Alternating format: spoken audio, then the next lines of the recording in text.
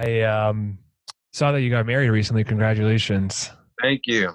Yeah. It's good that you're able to still do it somewhat with everything going on. I know you had to postpone your ceremony and everything, like the big, but happy that you're able to still get it going. Cause I know it's such a huge, important part of life and everything. Yeah. We were happy we were able to get it done before they start shutting everything down in Virginia. Yeah. I know, kind of along the ties of that, faith is such a huge part of who you are as a person. I know you carry it on to the basketball court as well. Is that something that you've always kind of relied on when you played basketball, or is it something that you picked up like more mid-career wise?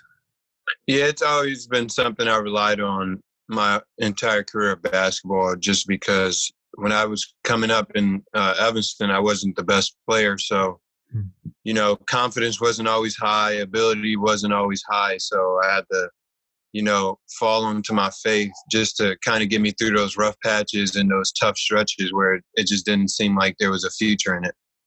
Yeah. It's, people whether people are religious or not, it's their thing. But I think it's pretty hard to deny the kind of the moral lessons or like those kind of good lessons, I guess, that you kind of get from religion. Because me growing up myself, I grew up like kind of in the Catholic faith, and thinking back, really the essential kind of key moral lessons you learn as a child are really brought up in your faith. Yeah, for sure.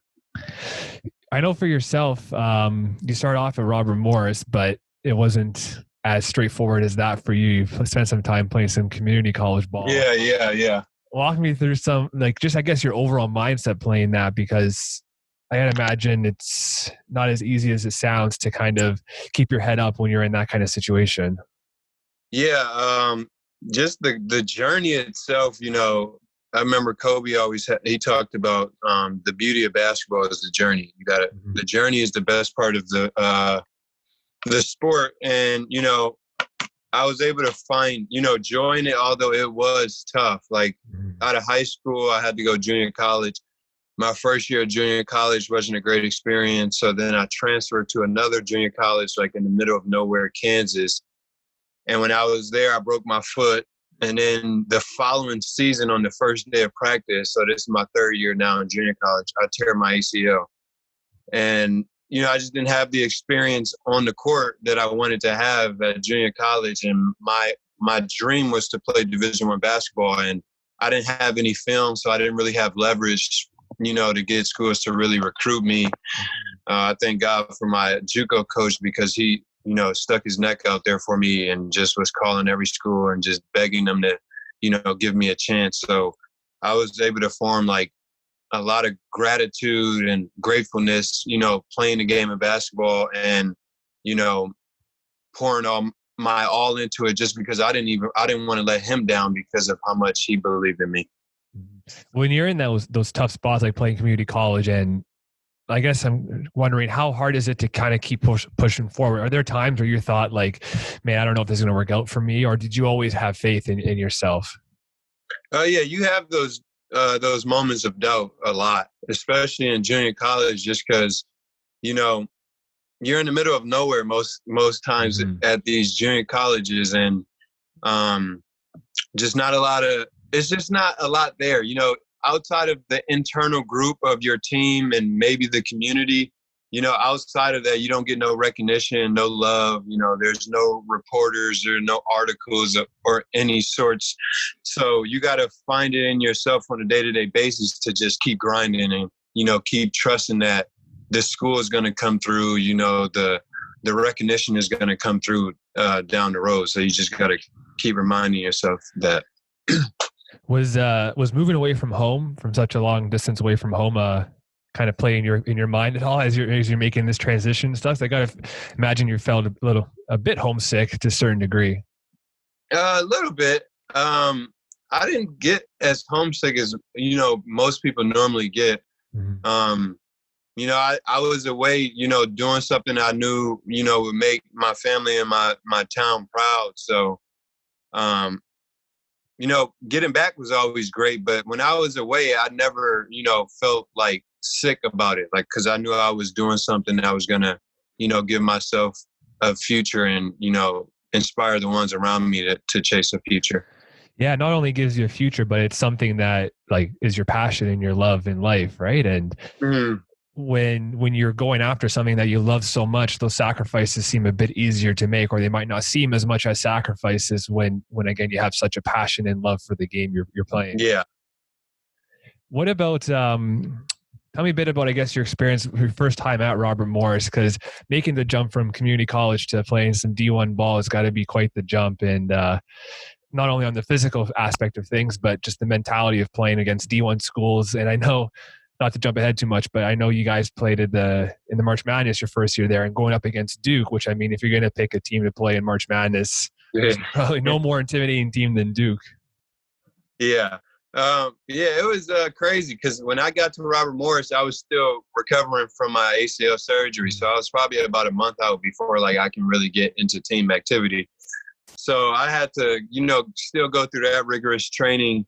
So, and I just kept telling myself, like, I'm going to dominate this level. Like, that's what I've wanted to do since I was a kid. You got a lot of people back at home, giving you support and energy. So when I got to the court, I hit it running just because I've missed 2 years of basketball. So like that edge was there, wanting to prove myself gave me another edge.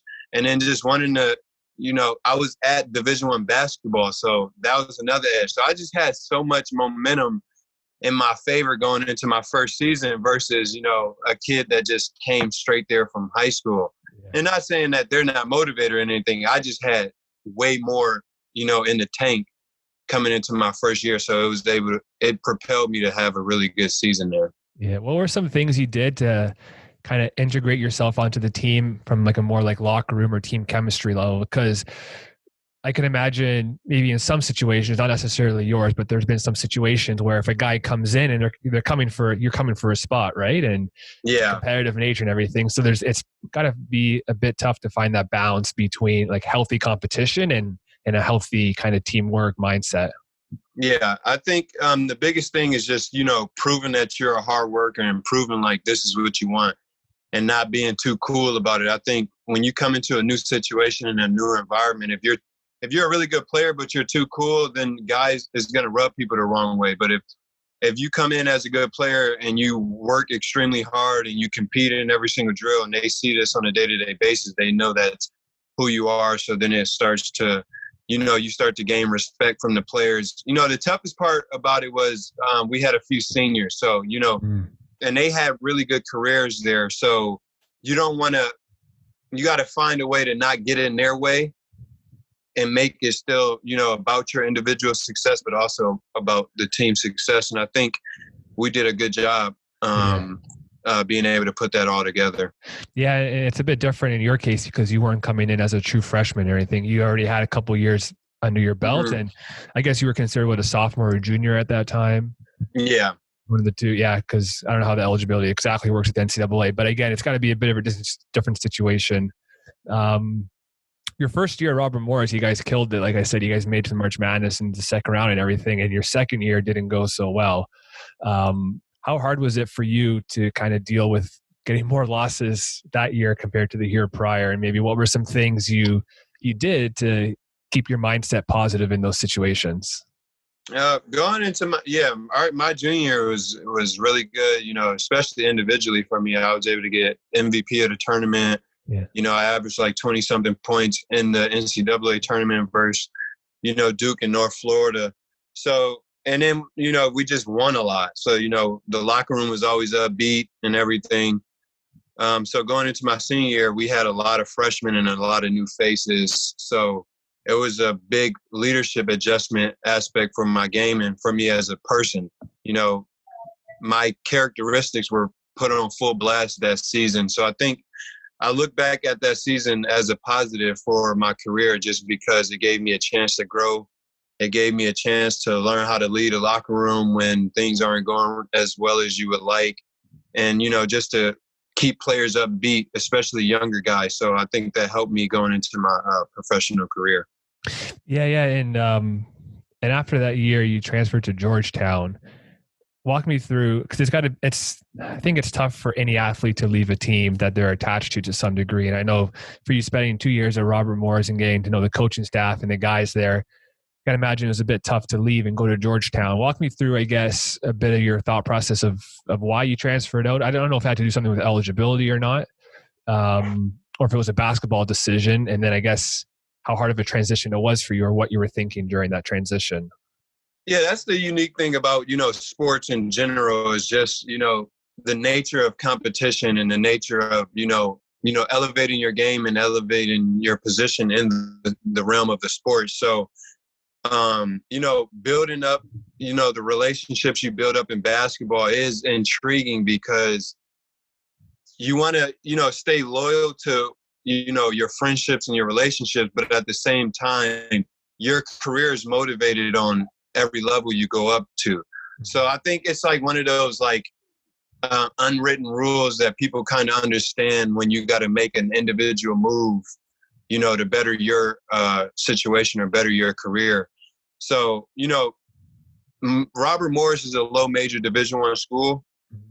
And I was able to get another year back because of my injuries at junior college. And, when it comes to going to the league, the politics sides of it is, you want to be able to have film at the highest level.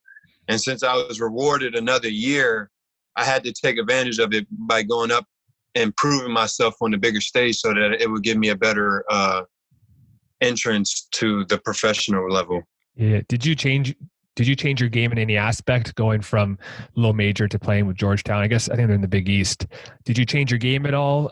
Or did you just try to keep things as routine or consistent as possible? No, I pretty much stayed the same player. And that's the biggest thing when you go up a level is most of the time people don't think you're going to be able to do what you did at the low major or mid-major level at the high major level. So I was able to transfer my game to the high major level successfully, and then just because I was athletic, I had the athleticism of a high major guard, the length and all of that. It was just a matter of, confidence and, going out there and being able to do it on a night-to-night basis. Yeah, it's kind of the saying, I guess, don't fix it till it's broken, or don't whatever it is. I'm terrible with sayings word for word, but whatever it is, it's the same. If whatever it's got you there, just keep rolling with it until you got to change it. I think some people get caught up in, like you said, if they go up to a next level or they go from NCAA to the G League, they try and change their game because they have a perception of what doesn't work, but they sometimes forget about what got them through, the past 10 or 15 years of success and what actually works for them. Yeah. And I think that's really important for athletes because sometimes when you hear all the outside noise, oh, he needs to be able to shoot the corner three. And it may not be a strength of yours, and you get away from your strengths and you're focusing so much on your weaknesses that, your confidence might start to drop because you're not, able to play at a high level just shooting corner threes versus, getting to the rim or shooting mid-range pull-ups. So I think you have to do what you do good. Mm-hmm. You have to. That's first and foremost. And then you start to let your game go into the areas of your weaknesses if need be. Because most of the time, most guys don't need to really work on their weaknesses if your strengths are getting the job done. If it's not fully getting the job done, then you got to enhance your weaknesses so that you can then get the job done. Yeah. This whole mental side of the game, do you remember maybe a certain level of play or a certain game that you think back on and where it kind of really clicked to you how important it is to being a basketball player?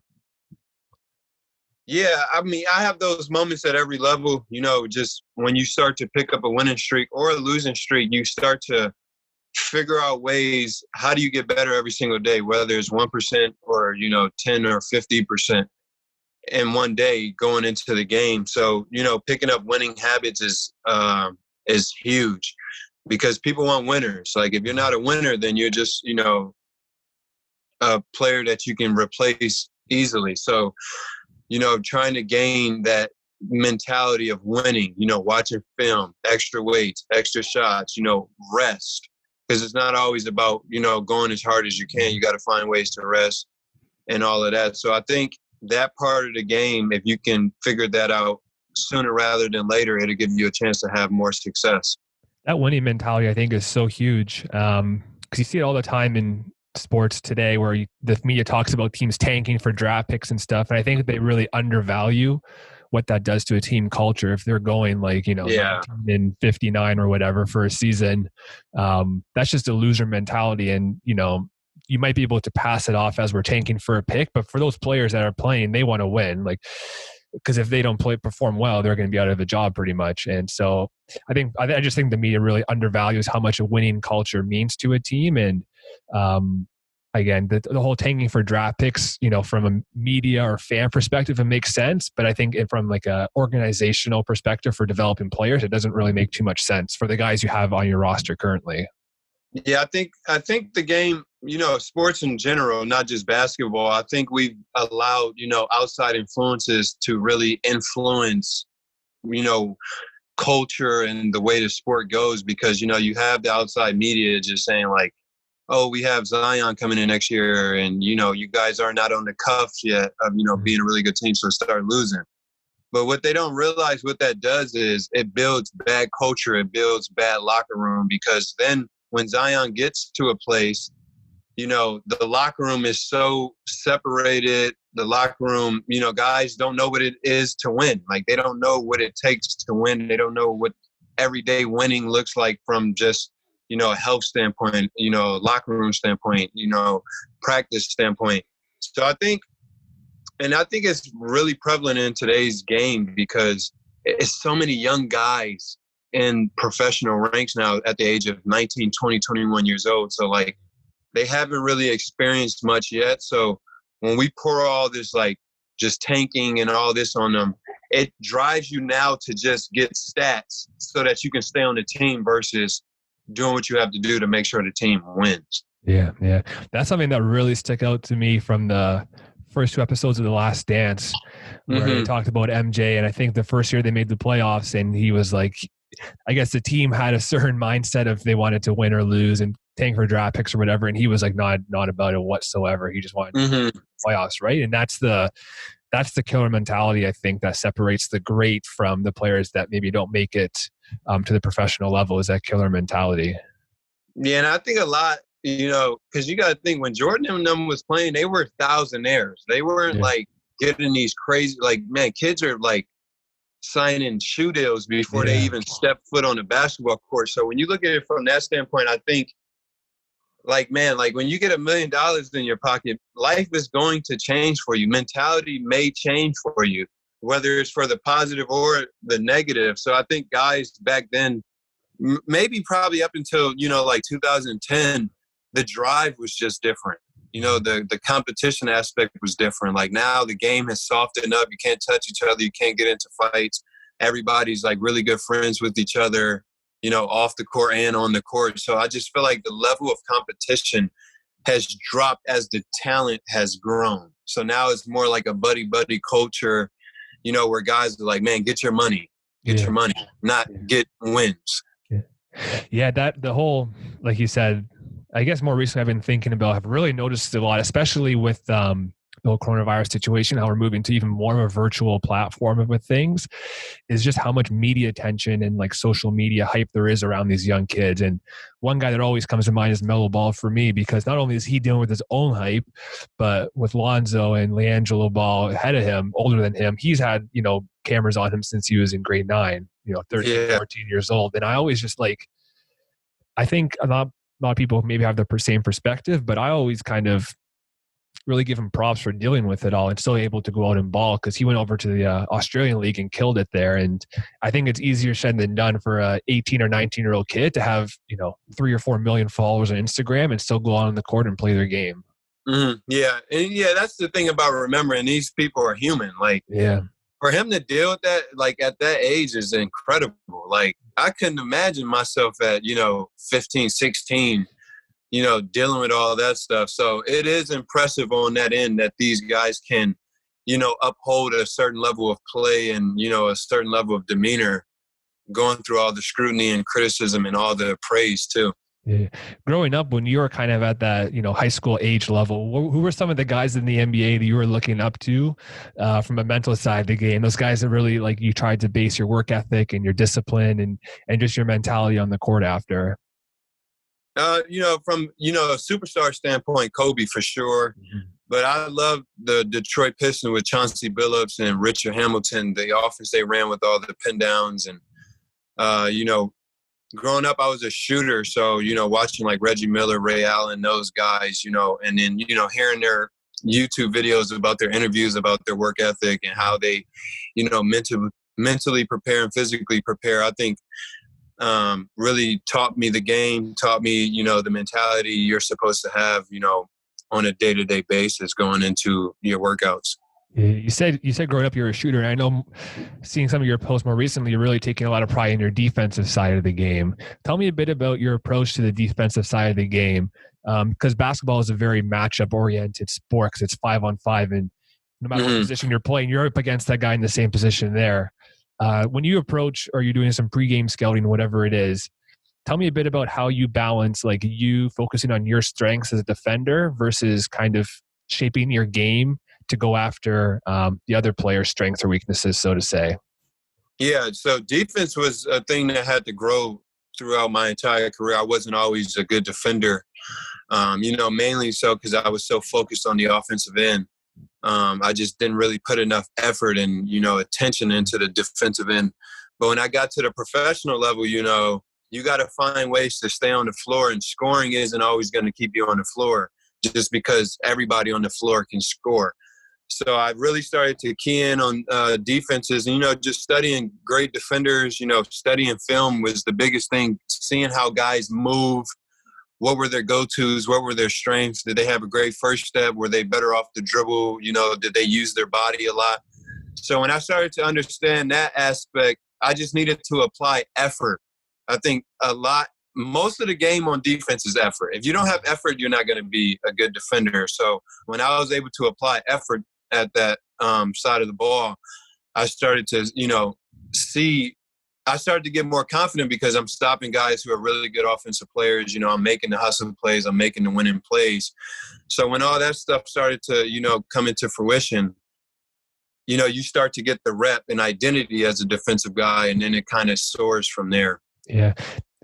Like you said, the effort and focus you're putting on the defensive side of the game, I think it's really key so that if a player is going through an offensive slump or their touch isn't there for that game, they can always rely on their effort or their hard work to excel on the defensive side of the game and still kind of contribute to the team. Because for so many players, you see it where they get in a bit of a shooting slump. They're like 0 for 3, 0 for 5 to start a game. And the rest of the game, you can tell like they're just maybe a little mentally checked out. But if you have the mindset of I can still contribute on defense by working hard, it kind of eases some of the negative thoughts you may have with the shooting slump.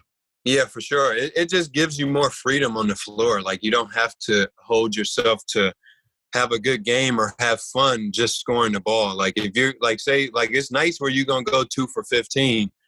Are you not going to have fun then playing that game, or are you going to find a way to still have fun? And I think you can have fun, locking guys up, getting charges, getting, those winning plays for your team and getting everybody riled up, chase down blocks, all of that.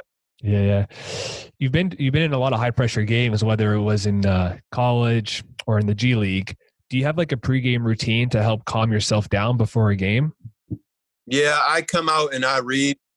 I come out early on the court and I read, and then I just watch the other team. I watch my teammates. Just get a feel for the gym.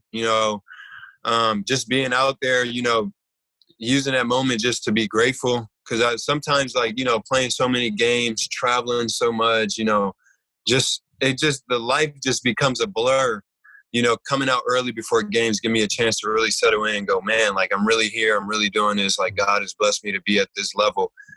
And when I do that every game, it just gives me a chance to go into that mode where I'm like, content with where I'm at and okay. And then it allows me to have peace to go out and do what I do. Yeah. I know me being from Canada, I'm kind of interested in this because I know you spent some time the other year with the Raptors 905. Yeah. And you always see, like, in the media, they talk about like how playing in Canada is different than playing in the States. From your experience, was it that different than some people may lead it to be on, or what was kind of just your general experience playing with the Raptors 905? Yeah, I enjoyed it. Canada was fun. The people were fun, very friendly. They have that stigma of, having a lot of friendly people there. And when I played with the 905, people did live up to that. The fans were always great. Afterwards, signing autographs with them, it was always great. And then I was out in Vancouver 2 summers ago, or last summer actually, and I played in that new Canada League that they had, and really enjoyed my time up there as well in Abbotsford. Yeah, that's I think a couple years old, that league, and I haven't really watched too much of it, but that's such a good league for developing Canadian talent. I feel like, 'cause I think they have some like criteria of having certain Canadian players in the team or whatever. Yeah, it's an awesome league. I think it's good. They give the chance for young people to compete with really good pros. And yeah, it's just something to do during the summer at a competitive level. Yeah. This season is a bit different than the rest, obviously, because it kind of got cut in half for you guys, or postponed towards the end of it. But maybe walk me through a bit about what's your process of goal setting and how you set goals for yourself before the season, and when you kind of reevaluate it as the season's going on. Like, do you set yourself like season-long goals for yourself, or do you set them monthly or weekly? How does that kind of process work for you? Yeah, it just depends. Like, out of season, it's more like weekly goals for me. And I base it off my system, because anybody, people that don't get stuff done set goals. Like, it's easy for anyone to set goals. So I primarily focus on the system that I have for myself in place to achieve those goals. So when I break it down from a day standpoint to a week to a month to a year, and so on, it gives me a chance to understand how to accomplish the goal versus just setting them. So, goal setting is the same as anyone. I want to get better every day. I want to, make this part of my game better. I want to get stronger this summer. I want to get faster. So I set those, but then how am I going to accomplish those on a consistent basis so that I get the results that I want to get? So I primarily focus on the system that I have in place mentally for it. So it's more like kind of like the more focus on the process to get there rather than the outcome itself. Yeah. Which is because when you're just outcome focused, like, it's so easy to get the day-to-day messed up. Because sometimes you might have a good week, but then like you might have a bad week the following week, but you're still like, I'm going to get, better. I'm still looking at the outcome of it. And sometimes it just takes longer because, the system isn't as consistent as it needs to be. Yeah. It kind of reminds me of a quote I heard a couple months ago where it was like, sometimes, the good process will lead to the bad outcome, and sometimes the bad process will lead to the good outcome. But over time, like 90 or 95% of the time, the good process will lead to the good outcome. So as long as you're doing your process all right, and like you said, you're checking those daily or weekly boxes, those 1 or 2 times you might not reach your outcome, but majority of the time you will reach your outcome. So I always try and tell younger kids to kind of focus on the process itself and don't worry about the outcome of things. Yeah, that's good. I like that a lot. And, when you focus on the process, your confidence stays there. If you're only focused on the outcome and you don't get the outcome you want, your confidence drops. So then you might take even more longer to get to the outcome that you want to have. So when you're focused on the process, your confidence stays the same throughout the entire throughout the entire journey. Yeah.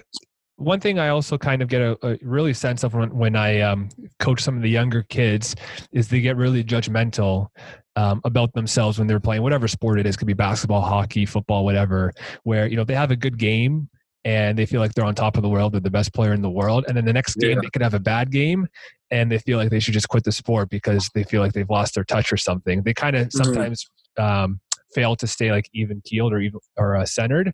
For you yourself, how do you stay centered? And I have to imagine that your faith probably plays a big role in that as well. Yeah, my faith definitely plays a huge role in it because it just, it takes me away from the game. Because sometimes we get so fixated on the sport that it literally becomes like a form of we call it idolatry, where it's like almost like we're worshiping the sport. And so when I can step back from the game and realize it's just basketball, it's just a sport, I'm able to realize like it's okay that you had a bad game. But then I remember when I was training with Drew Hanlon in LA, when you're doing the drill and you want to complete the drill and you start missing shots, and you start, saying stuff under your breath, or you start screaming or making noise or body language gestures. And he said, when you do that, you're guaranteed to miss your next couple shots. And when he said that, it made a lot of sense, because you're still frustrated. You're still focusing on, the negative pass instead of, moving to the next shot. And I took that even into my overall games. Like, it's okay. Like, I'm going to come back. Like, I've put in the work. I've put in all the hours. Like, I'll be fine moving forward. Yeah. I like how you said how you kind of try to remove yourself a bit from the game to have a bit more of a healthier perspective. And I think it's really important for people to understand that for professional athletes, the sport they play, they may love it. It's a passion, whatever it is, but it's also a job to them. And just like everybody else needs time away from their job to mentally recharge and physically recharge, basketball players, hockey players, baseball players, everybody needs time away to mentally recharge. Yeah. And, that's the thing. Like, I feel like people missed out on the appreciation for everyone's job. Like, when I started dating my wife now, like, I found more appreciation in my sport, seeing how hard she had to grind in the 9-to-5 world. And, it made me want to go harder. It made me want to focus harder, because, our days are, maybe 3 to 4 hours. Like, and that's playing basketball. Like, I understand we're playing a sport for money. Like, don't get me wrong. But at the same time, blood, sweat, and tears is put into this. Emotion is put into this. Stress is put into this. Anxiousness is put into this. So it still brings the same difficulty, of emotions and mindset, the same way that the 9-to-5 world does, just in a different dynamic. So I think once we start to, appreciate each other for both of our dynamics of work, will help us understand, both sides of life. Yeah. It's quite obvious you have such a strong mental side of the game, and it helps you with your game so much. Is this something that you've always had with you, or was there a point in time where you felt like the mental side of the game was a huge struggle for you and it was something that you really focused on and worked on? Yeah, it was something I always had, just because the talent for me didn't come till later. So I had to find ways to still be effective on the basketball floor, to be a good player. So I had a lot of coaches that were really, intellectual, and they really thought the game out. And I just spent a lot of time with them. I grew up a reader, so I read a lot of basketball books, just learning about the mental side of everything. So I think that's what kind of gave me, the momentum into my career now, just to, have that mental side. How old were you when the talent finally clicked? Was it like in high school? Was it later than that, earlier than that? Probably after my sophomore year of high school. My freshman year, I played freshman B. So, that was like, a shot at my ego. So I learned humility that year. We ended up having an extremely good year. We won like 20-something games in a row. And the coach really poured into me. He constantly kept me confident, like telling me that it's okay that you're on freshman B, stuff like that. And then, that year really gave me a chance to just lock into getting better. And that's when I started to see, started to get a little taller, arms started to get a little longer, legs started to get a little stronger, so I was able to move better. So then once all that started to come into play, I think my junior, senior year is when I was finally fully able to put it together. And then when I got to JUCO is when my athleticism took off. And then after 2 injuries, of course, doing rehab and restructuring my movement took my athleticism to where it is now. I think it's so important for kids to kind of understand the mental side of the game as early as they can, just as the brain's still developing. I always think there's like a critical, I guess, time of development for the brain. Like, I kind of compare it to like when you learn a language, and they always say like, if you try to learn a language after you're like 6 or 7 years old, your brain doesn't take it in the same when you're like 3 or 4 years old. And I have to imagine it's the same with sports as well. When you learn these mental lessons, dealing with failure, pushing through adversity, going through shooting slumps and everything like that, the earlier on you can train your brain to react to it, the more better you're going to be at dealing with these things as you get older and older. Yeah, for sure. That's why, man, I take my hat off to guys that don't Mhm. start playing basketball until like high school. Yeah. Like that's crazy to me when you think about, the way the brain works. Like you're supposed to, you learn everything when you're pretty much young, and it's harder because the brain is more developed, and it's harder to pick up on stuff. So yeah, the sooner you can get lodged into experience, I think will help you down the road.